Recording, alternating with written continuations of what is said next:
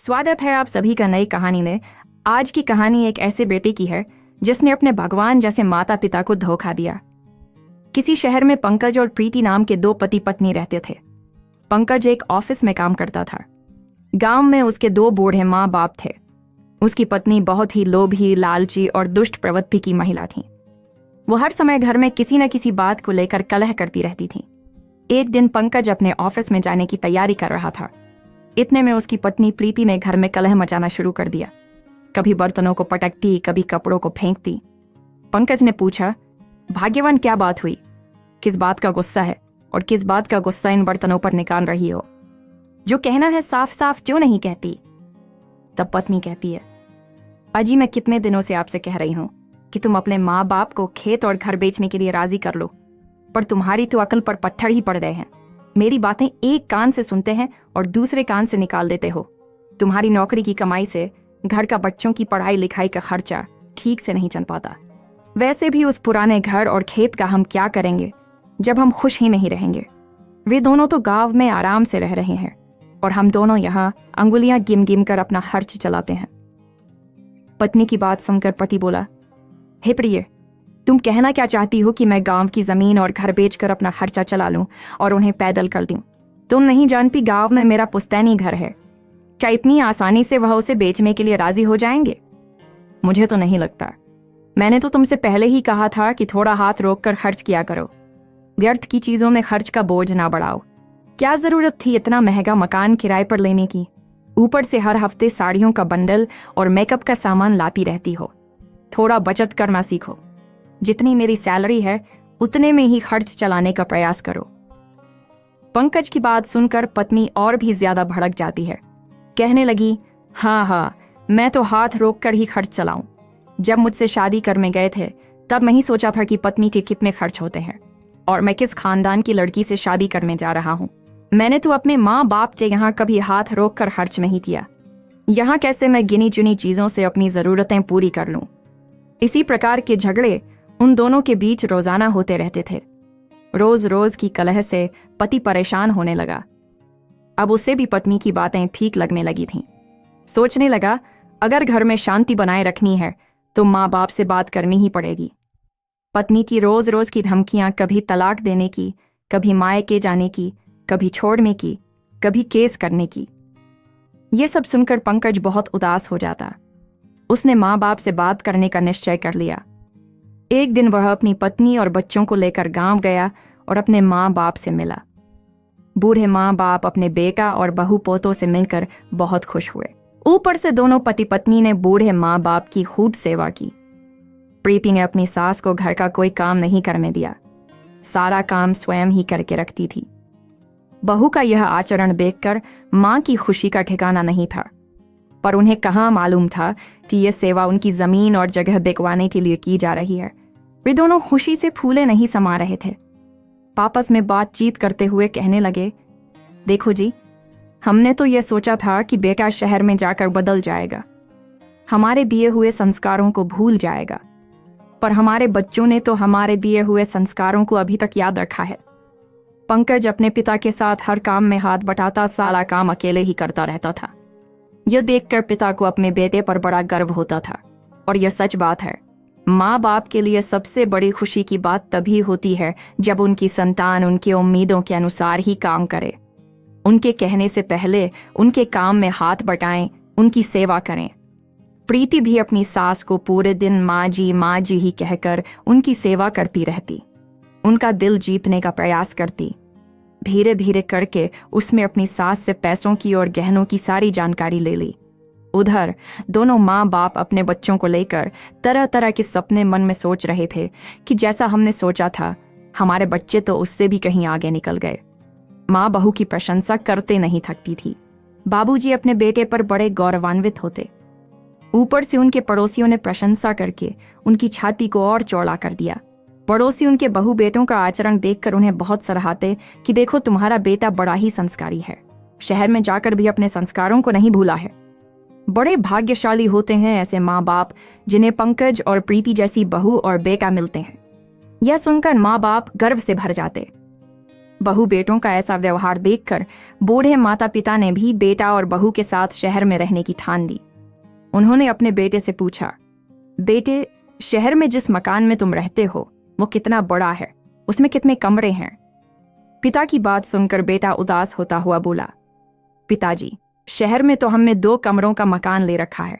उसमें से एक कमरे में तो हमने किचन बना लिया है और एक को हमने अपना बेडरूम बनाया है। महंगाई के द्वार में ज्यादा बड़ा मकान नहीं ले पाए। मेरी सैलरी से सिर्फ घर का ही खर्च मुश्किल से चल पाता है।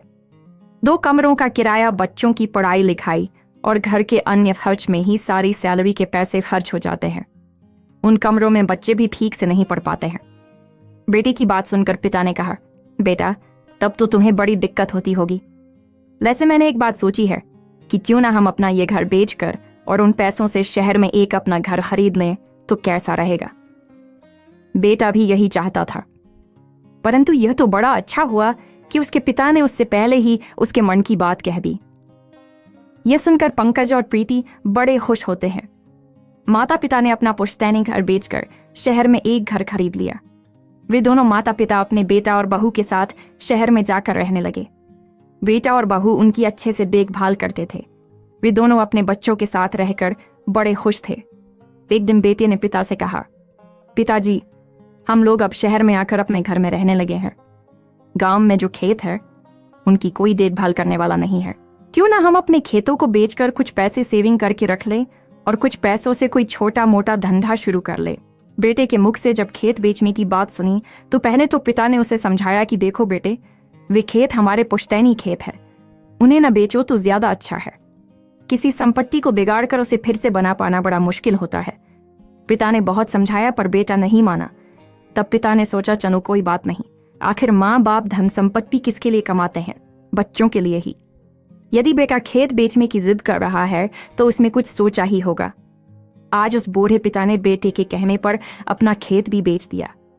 खेत बेचने के बाद बहू और बेटों का व्यवहार कुछ दिन तक तो ठीक ठाक रहा। धीरे धीरे उनका व्यवहार बदलने लगा। पैसों की कोई कमी नहीं थी। हाल ही में गांव की जमीन बेची थी।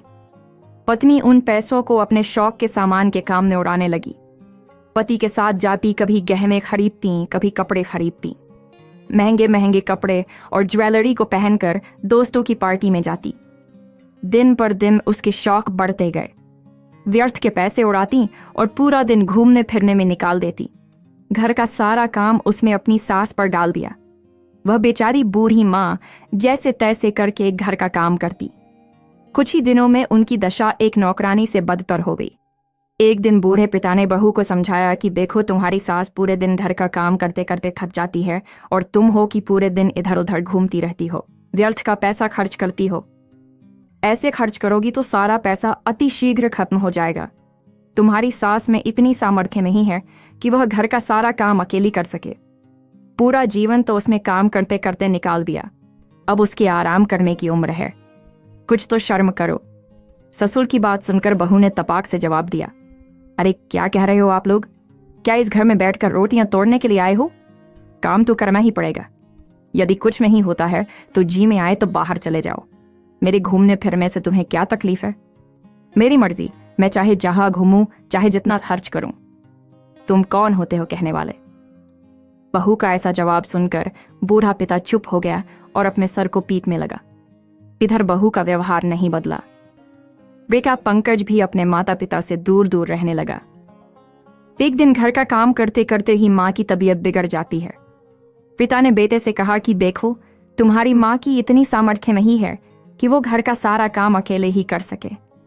यदि तुम्हारी पत्नी से घर का काम नहीं होता है तो एक नौकरानी क्यों नहीं रख लेती? बेटे ने कहा, पिताजी, अपने पास जो पैसे थी वो अब खत्म हो चुके हैं। नौकरानी को पैसे कहाँ से दें? रही काम की बात तो माँ और प्रीति मिलकर काम को संभाल लेंगे। तुम चिंता ना करो। बेटे का रूखा व्यवहार देखकर पिता समझ गया था कि उसने अपने पैर में कुल्हाड़ी मार ली है। बहू बेटों के द्वारा की गई वो सेवा सिर्फ दिखावा था। हमारी जमीन बिकवाने के लिए ही इन्होंने वो नाटक किया था। आज मैं बिल्कुल खाली हाथ हो गया हूं। अब पछताने के अतिरिक्त हमारे पास कुछ नहीं बचा। धीरे धीरे कुछ समय बीता। इधर गर्मियों के दिन आ गए। गर्मियों की छुट्टियां बिताने के लिए पंकज और प्रीति अपने बच्चों के साथ शिमला घूमने के लिए जाने लगे और बूढ़े माँ बाप को घर पर अकेला छोड़ दिया। पिता ने पूछा, बेटे, माँ के इलाज के लिए तुम्हारे पास पैसे नहीं हैं, नौकरानी रखने के लिए तुम्हारे पास पैसे नहीं हैं, पर पत्नी के गहने कपड़ा खरीदने के लिए तुम्हारे पास बहुत पैसे हैं, घूमने के लिए तुम्हारे पास बहुत पैसे हैं। आज तुमने अपना असली रूप दिखा दिया है। यही है तुम्हारी सच्चाई। मुझे अपने आप पर लज्जा आ रही है कि मैंने तुम्हारी चिकनी चुपड़ी बातों में आकर अपना घर और खेत क्यों बेच दिया। पंकज अपनी पत्नी और बच्चों के साथ घूमने के लिए चला जाता है। रास्ते में पत्नी ने पंकज से कहा, अजी सुनते हो, मुझे तुम्हारे माँ बाप की घर में रोज रोज की चिक चिक सहन नहीं होती। बात बात पर सवाल पूछते हैं। तुम्हारी माँ से घर का काम भी नहीं होता। ऐसे कब तक उन्हें बैठाकर खिलाते रहोगे? एक काम क्यों नहीं करते? तुम अपने माता पिता को वृद्धाश्रम में क्यों नहीं छोड़ देते? सुना है आजकल वृद्धाश्रम में काफी सुविधाएं हैं। ये दोनों वृद्धाश्रम में बने रहेंगे तो घर में व्यर्थ की कलह भी नहीं होगी और वहां ये दोनों खुश भी रहेंगे। पत्नी के मोह में अंधा पुत्र, उसे भी अपनी पत्नी की बात खूब जचे। उसने तुरंत अपने दोस्त से बात करके एक वृद्धाश्रम में अपने माँ बाप के रहने की व्यवस्था करवा दी। छुट्टियों के दिन व्यतीत करके जब वो घर लौट कर आया तो माता पिता का सारा सामान, कपड़े एक बैग में पैक करके उन्हें लेकर चलने लगा। माँ बाप ने पूछा, बेटा आज हम कहाँ जा रहे हैं? तो बेटे ने बताया कि घर में तुमसे कुछ काम धाम तो होता नहीं है, इसीलिए तुम्हें वृद्धाश्रम में ले जा रहा हूँ। वहां तुम्हें काम भी नहीं करना पड़ेगा और बैठे बैठे ही सारी सुविधाएं मिलती रहेंगी। बेटे के मुख से वृद्धाश्रम की बात सुनकर बूढ़े माँ बाप के पैरों के नीचे जमीन खिसक गई। सोचने लगे, धिक्कार है ऐसी औलाद के लिए जो माँ बाप अपने पूरे जीवन की कमाई अपनी औलाद को दे देते हैं। वही औलाद माँ बाप का बुढ़ापा भी नहीं काट सकती। आज बेबस लाचार माता पिता अपने बेटे की करतूतों को याद करके अपने किए पर पछताने लगे और वृद्धाश्रम के लिए चले गए। कैलाश बाबू ऐसा सोचकर कार में बैठ जाते हैं। एक पल को अपने घर को निहारते हैं, फिर सोचते हैं कि ठीक है, जहां मन को तसल्ली मिले उधर ही रहना चाहिए। यहां तो बेटे बहू को हम दोनों को निकालने की बहुत जल्दी है, तो रहकर भी क्या करेंगे। अपना वृद्धाश्रम ही अच्छा है, जहां हम अपने हिसाब से खाएंगे पिएंगे, अपने हिसाब से रहेंगे और अपनी मनपसंद का काम करेंगे। किसी की चिक चिक नहीं होगी। जैसे ही वृद्धाश्रम के सामने कार रुकी तो बेटे बहू कार से उतरकर बाहर खड़े हो गए। कैलाश बाबू और उसकी पत्नी भी कार से निकले और अंदर जाने लगे। जाते जाते रुक गए और पीछे मुड़कर अपने बेटे बहू को आवाज लगाई।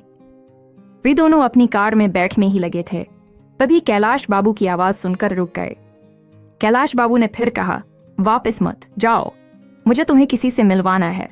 क्योंकि जब कैलाश बाबू और उनकी पत्नी कार से उतरे थे तो उनकी नजर अपनी समधन यानी कि अपने बेटे की बहू प्रीति की मां जानकी जी पर पड़ी थी और कैलाश बाबू सोच में पड़ गए थे कि क्या मेरे बेटे की बहू का भाई भी अपनी मां को हमारी ही तरह वृद्धाश्रम छोड़कर गए हैं। जानकी जी ने जैसे ही कैलाश जी को देखा तो वो अंदर चली गई। कैलाश बाबू के बेटा और बहू अपने माँ बाप के पीछे चल पड़े। वृद्धाश्रम के प्रांगण में पहुंचकर कैलाश बाबू वहीं काम करने वाले एक व्यक्ति से जानकी जी को बुलाने को कहते हैं। जानकी जी जैसे ही बाहर आई वैसे ही कैलाश बाबू का बेटा उन्हें देखकर दंग रह जाता है और बहू प्रीति को तो जैसे काटो तो खून नहीं, उसकी हैरानी का ठिकाना नहीं था। दौड़कर जानकी जी के गले लग गई और फूट फूट कर रोने लगी और बोली, माँ आप यहाँ क्या कर रहे हो? आप यहाँ कब आई? और आपने मुझे बकाया भी नहीं। परंतु उसकी बातों का जानकी जी ने कोई जवाब नहीं दिया। फिर प्रीति बोली, मुझे तो यही लगता था कि आप भाई भाभी के साथ बहुत अच्छे से रह रही हो। कल ही मेरी भाभी से बात हुई थी, उन्होंने भी नहीं बताया कि तुम वृद्धाश्रम में हो। मैं तुम्हारे बारे में भाभी से कितने दिनों से पूछ रही थी कि माँ से बात नहीं हो रही। माँ कहाँ है? एक बार तुम मेरी बात करवा दो।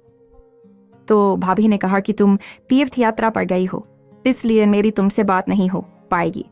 और मैंने भी मान लिया कि तुम तीर्थ यात्रा पर गई हो, लेकिन मुझे क्या पता था कि उस जालिम औरत ने तुम्हें वृद्धाश्रम में छोड़ दिया है।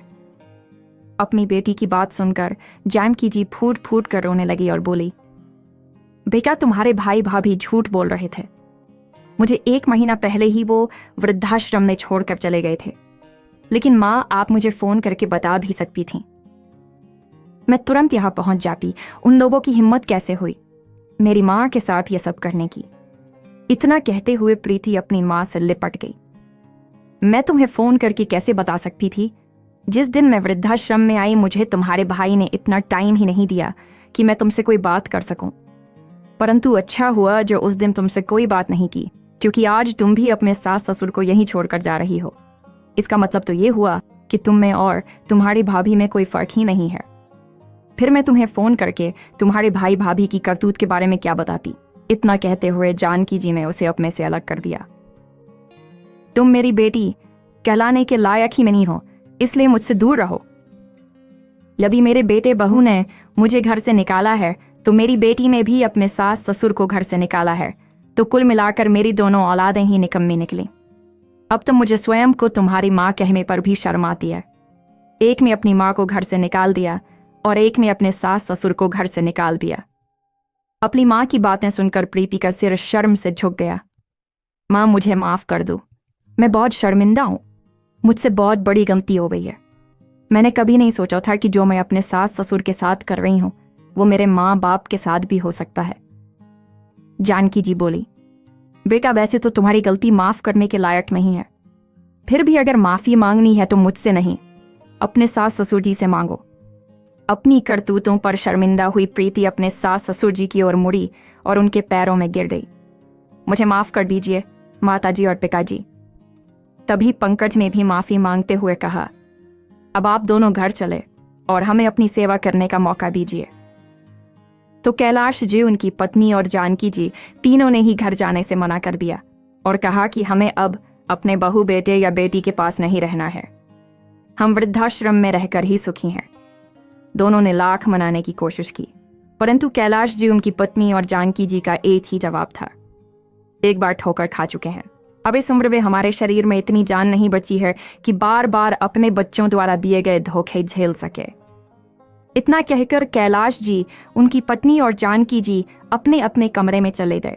प्रीति और पंकज दुखी मन से अपने घर वापस चले गए।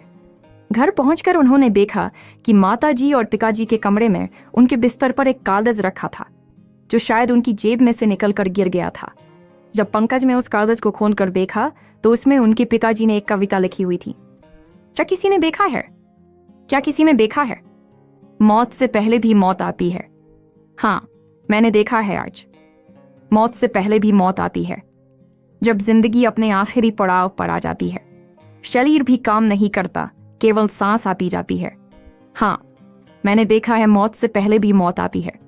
अपने पिता द्वारा लिखे इन शब्दों को देखकर पंकज के दिल पर न जाने कितने तीर एक साथ चुभने जैसा एहसास हुआ, और उधर प्रीति अभी तक अपनी माँ की हालत को देखकर उस सदमे से उभर नहीं पाई थी।